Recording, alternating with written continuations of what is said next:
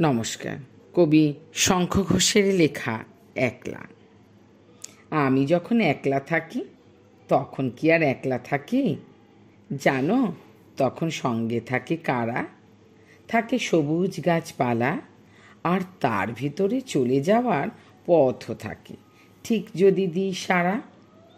একটা আছে কাঠ বেড়ালি, আমার দিকে তাকায় খালি, এদিক ওদিক টানতে থাকে আমায়।